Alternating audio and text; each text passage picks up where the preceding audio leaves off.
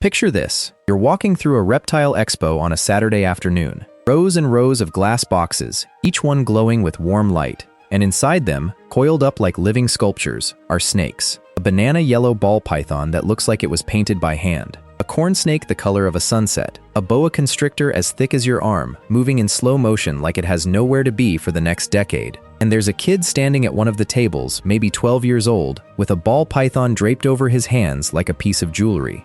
He's not scared, he's completely calm, and the snake is completely calm. And you catch yourself thinking the thing that everyone thinks at least once in their life. I kind of want one. And then, immediately, the second thought arrives. The thought that kills the dream for most people before it even starts. That's an exotic animal. Exotic animal means exotic bills. Special equipment, special food, special vets, special everything. Owning a snake must cost a fortune.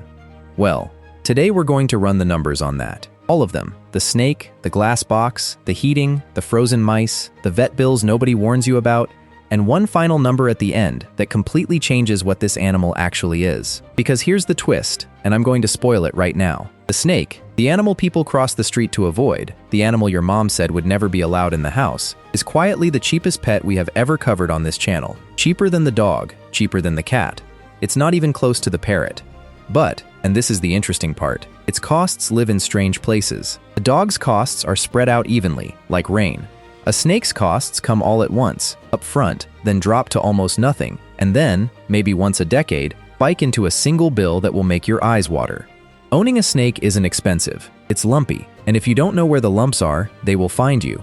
So let's do what we always do. Let's start at zero and count every dollar this animal costs, from the day you bring it home to the day, and this is a much, much later day than you think, that you say goodbye. First, the snake itself. And right away, we hit the strangest market in the entire pet world. If you just want a snake, a healthy, handleable, beginner-friendly snake, it is astonishingly cheap. A corn snake, the golden retriever of the reptile world, runs $50 to $80. A normal ball python, the single most popular pet snake on the planet, goes for $100 to $150. That's it. That's less than a purebred kitten's deposit. It's less than 1 month of dog food for a big dog. But the reptile world has a secret economy sitting right next to those prices, and it's called the morph market. A morph is just a color pattern, a genetic paint job. Same species, same care, same animal, different wrapping paper, and the wrapping paper is where the money lives. Banana ball python, that yellow one from the expo, a few $100s. A piebald, white with islands of pattern like a living cow print, $500 to a few thousand. And brand new combinations, the ones breeders spend years stacking together, 5 figures. There are ball pythons that have sold for more than a used car, and they eat the same $3 rat as the $100 one. Here's the thing you need to hear if you're actually doing this. The snake does not know what color it is. The expensive one is not friendlier, hardier, or longer lived. The morph market is a collector's market, like sneakers or trading cards, and it is a completely optional tax on the exact same animal. And while we're standing at this table, let's talk species for a minute, because the species you pick sets the budget for the next 3 decades. The corn snake is the beginner's classic, small, forgiving, active enough to be interesting, $50 to $80, and it tolerates beginner mistakes better than almost any reptile alive. The ball python is the teddy bear of snakes, thicker, slower, famously gentle, and famously dramatic about skipping meals, which we'll get to. A boa constrictor sounds intimidating and costs about the same to buy, $150 to $300, but it grows to 7-8 feet, which means a bigger enclosure, bigger rats, and a bigger conversation with your landlord. And then there are the trap options. The green tree python, that impossibly beautiful emerald coil you've seen in photos, it's a humidity-obsessed specialist that punishes every beginner mistake with a vet bill. The reticulated python at the back table, 20 feet of potential for $90? That $90 price tag is the cheapest part of a very, very expensive decision. In snakes, like nowhere else in the pet world, the purchase price tells you nothing about the cost of ownership. One more warning from this table, because it will save someone watching this a lot of money. You will find cheaper snakes. There's always a guy at the end of the expo, or a listing online, selling ball pythons for $40. And some of those are fine, but the discount snake economy runs on wild-caught imports and neglected animals, and they come with free gifts: mites, internal parasites, dehydration, and a stress-fasting habit that can take a year to fix. A mite infestation alone, treating the snake, deep cleaning and retreating the enclosure twice because mite eggs laugh at your first attempt, will cost you more in supplies and misery than the difference between the cheap snake and the good one. $150 from a breeder who can tell you the snake's hatch date and show you its feeding record, is not the expensive option. It's the cheap one, wearing a higher price tag. So our build, the one we're pricing today, is the sensible one, a normal ball python from a reputable breeder, because a healthy start is the single cheapest health insurance you will ever buy, for $150. Add it to the total, $150. Now the setup. And here's where snake ownership plays its first trick on you, because with a snake, you're not really buying an animal, you're buying a climate. A snake is cold-blooded. It cannot make its own heat, which means every single thing its body does, digesting, moving, fighting off infection, runs on warmth it borrows from its surroundings. In the wild, that's the sun. In your living room, that's you. You are about to become the weather, the enclosure first. Forget the tiny plastic tub the pet store will try to sell you. An adult ball python wants something around 4 feet long. Call it $350 for a proper front opening enclosure that will last its entire life. Then the heat source, a lamp or heat mat, about $60. And then the single most important $60 to $80 in this entire video, the thermostat. Not optional, not an upgrade. A heat mat without a thermostat is a device that can slowly cook your pet or, in the worst case, start a fire. Every experienced keeper will tell you the same sentence. The thermostat is not part of the budget, it is the budget, $80. Then the small stuff that adds up the way small stuff always does. A digital thermometer and hygrometer, $25, because guessing at temperatures is how snakes get sick. 2 hides, one warm, one cool, $30, because a snake without a hiding spot is a stressed snake, and a stressed snake stops eating. Substrate, $25. A heavy water bowl it can soak in, $15. A lock for the enclosure, $15. And circle that one, we're coming back to it. Add a little decor so it doesn't look like a prison cell, and the whole setup lands right around $550. Add it to the total, that's $700 all in before your snake has spent a single night in your house. And I want you to hold on to that number, because here is the sentence that defines snake economics. You have now made almost every major purchase you will make for the next decade. Because now we get to the yearly costs, and this is where the snake stops being a pet and becomes a rounding error. Food. A ball python eats one appropriately sized frozen thawed rat roughly every 10 days to 2 weeks. A frozen rat costs about $3. Buy in bulk and it's less. Run that math for a full year and you land somewhere around $100, $110 per year. That is not a typo. Your dog eats that in 3 weeks. The parrot from our last video spends that on toys it destroys in a month. And the food comes with a lifestyle detail nobody warns you about. The freezer. Frozen thawed is the way. It's safer for the snake because a live rodent, cornered in a box with a predator, will fight back, and rodent bites are one of the most common injuries pet snakes ever suffer. It's also dramatically cheaper because you buy in bulk, which means that somewhere in your freezer, next to the frozen peas and the ice cream, there is going to be a discreet bag of rats. Your future dinner guests don't need to know. Your significant other unfortunately does, and that conversation, veterans will tell you, is the actual hardest part of snake ownership. Budget $0 for it, but budget some courage. Feeding day itself takes 10 minutes. Rat comes out of the freezer, thaws in warm water, gets offered with a pair of long tongs, and the snake does the rest in one of nature's most efficient transactions. No bowls to wash twice a day, no bags of kibble going stale, no begging at the table. 26 transactions a year. That's the entire food economy of this animal. Electricity for the heating, $10-ish a month depending on where you live. Call it $120 a year. Fresh substrate and miscellaneous supplies, maybe another $100. And that's it. That's the list. $150, maybe $400 a year, everything included, in a normal year. Add year 1 to the total. We're at $1,100. And while we're counting costs, let's count the one economists always forget, your time. Because your hours have a price too, and every other pet on this channel charges for them heavily. A dog is 10 to 15 hours a week. Walks, play, training, the guilt when you skip the walks.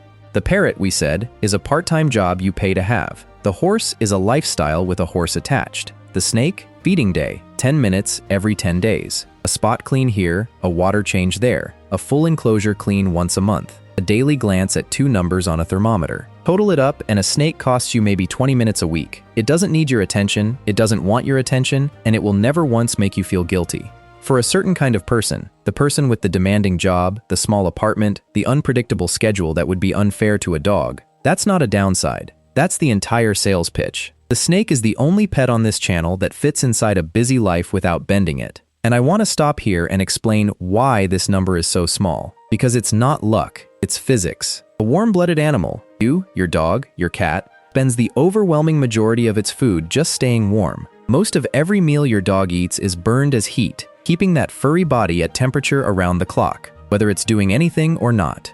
A mammal is a furnace that never turns off, and you pay for that furnace in kibble every single day for its whole life. A snake opted out of that deal completely. It doesn't pay for its own heat, you do, through a wall socket, and electricity is a spectacularly cheaper way to buy warmth than metabolizing food. With the furnace bill deleted, a snake's energy needs collapse to a tiny fraction of a mammal's. It eats, then it goes and lies on its warm spot and spends a week slowly turning that meal into more snake at almost no cost. A healthy adult ball python can, not should, but can, go months without eating and be fine. There are documented cases of ball pythons fasting for over half a year and losing barely any weight.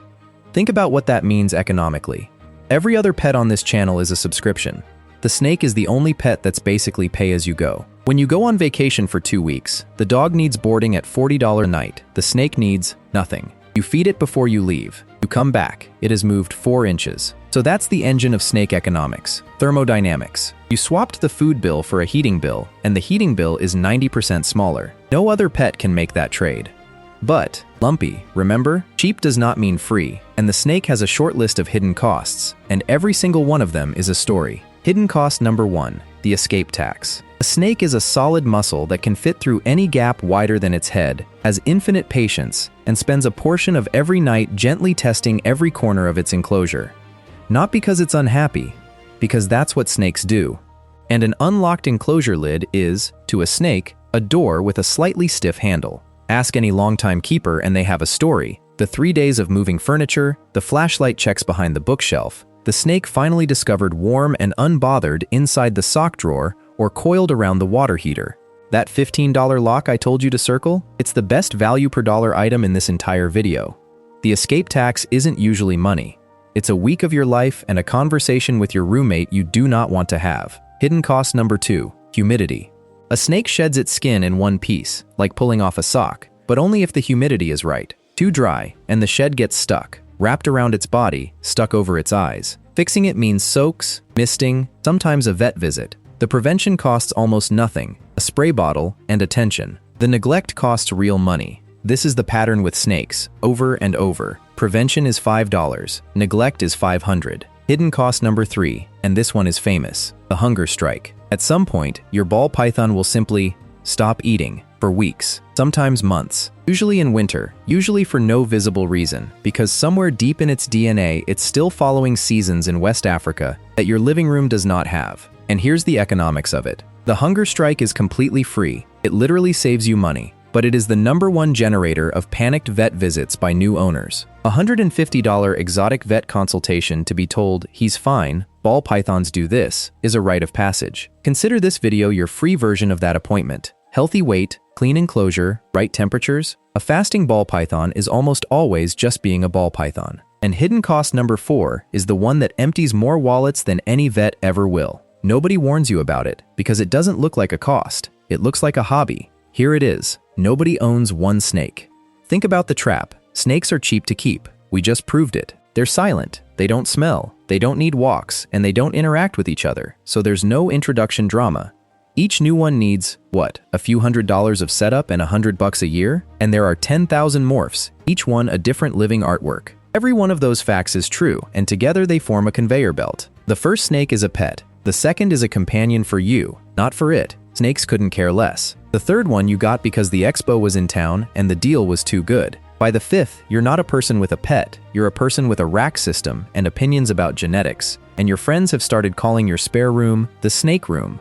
Ask any reptile keeper how many animals they have, and watch them do the little pause while they count. The hobby has a name for it, collecting, and the economics of collecting are a different video entirely. Our math today assumes you have the discipline to own exactly one snake. Statistically speaking, you don't. Consider yourself warned, for free. Which brings us to the real spike, the one every snake owner eventually meets. There is no such thing as a cheap snake vet. Dogs and cats have a vet on every corner. Competition keeps prices sane. Exotic vets are rare, specialized, and priced accordingly. The visit starts at $100 to $150 before anyone has done anything. And the big one, the classic, is the respiratory infection. Snakes are sensitive to temperature and humidity, and when the setup drifts, a thermostat set wrong, a cold snap, a drafty room, their immune system dips and an infection settles in. You'll hear it before you see it. Wheezing, clicking sounds, little bubbles at the nostrils, the snake holding its head up, mouth slightly open, trying to breathe. And a snake respiratory infection does not go away on its own. It needs a vet, cultures, and weeks of antibiotic injections, which, yes, means you will learn to give a snake an injection. By the end, you're looking at $800 to $1,500, all told. There are others in the same family. Scale rot from a too-damp enclosure, mouth rot, egg binding in females, because yes, a female can produce eggs with no male anywhere in sight, and if one gets stuck, that's surgery. And surgery on a snake starts around 1,000 and climbs fast. Notice the pattern though. Almost every one of these disasters traces back to the same root cause. The climate was wrong. The snake's health is the setup. That $80 thermostat, the $25 thermometer, the 5 minutes a day of glancing at the numbers, that's not equipment, that's the insurance policy. Most keepers who get the setup right go 5-10 years between vet visits. But we're being realistic today, and realistic means that somewhere in your snake's life, at least one of these bills is coming. So add one respiratory infection, one proper emergency to the running total. $1,400, all in, with the follow-ups. That puts us at $2,500. And now I need to tell you about the cost nobody puts in the spreadsheet, the one that doesn't show up in dollars at all.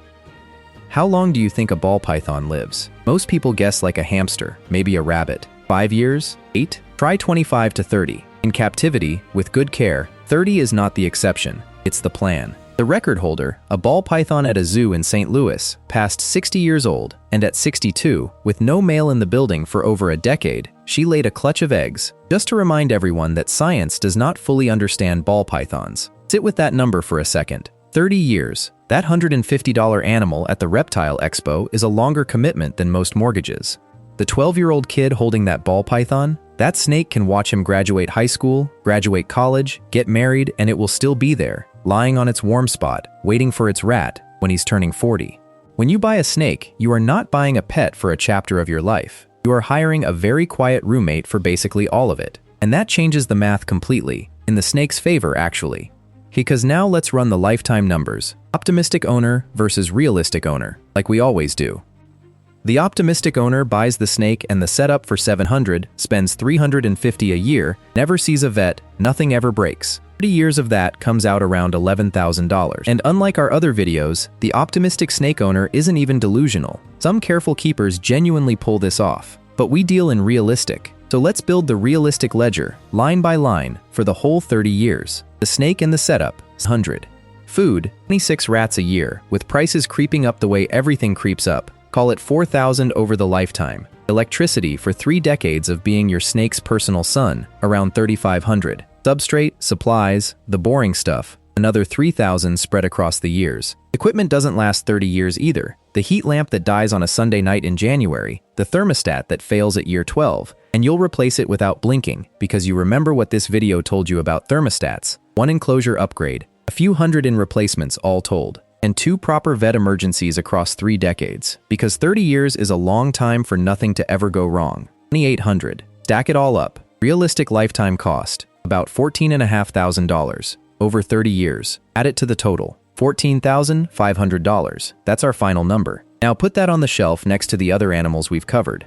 The cat, $24,000 over 15 years. The dog, $30,000. The parrot, $110,000. The horse, over $250,000. And the snake, $14,500, over a lifespan longer than any of them except the parrot. Break it down and it comes to under $500 a year, about $1.30 a day. The most feared animal on this channel is, by an enormous margin, the cheapest friend on it. So the money question is settled, which leaves only the real question, the one that isn't about money. What do you actually get for your $1.30 a day? Because let's be honest about what you don't get.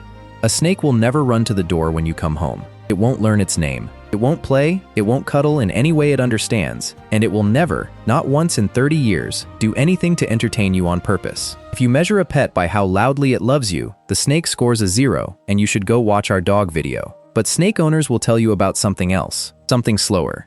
The snake that recognizes your warmth and your smell, that's calm in your hands when it's cautious with everyone else's. The strange, meditative piece of an animal that is never in a hurry, draped over your shoulders on a Sunday evening like a scarf that chose you. A dog loves you loudly for 12 years. A snake accepts you quietly for 30. And on the hard weeks, when everything else in your life is loud, don't underestimate what it's worth to sit next to a creature for whom nothing has ever been urgent. And here's the thought I want to leave you with. Everything else in your life is designed to expire. Your phone lasts 3 years, your car, maybe 10. The snake you buy at that expo this Saturday, for the price of a pair of sneakers, will still be with you when all of it, the phone, the car, the apartment, probably the decade, has been replaced. It might be the single longest relationship you ever purchase, at $1.30 a day. $14,500, 30 years. The math has never been this simple, and the punchline has never been this quiet. Every penny is worth a friend for life, and no pet on this channel stretches those pennies, or those years, further than the one everybody was afraid of. Thanks for watching. If you want to see how $1.30 a day compares to $250,000, the horse video is right over there. See you in the next one.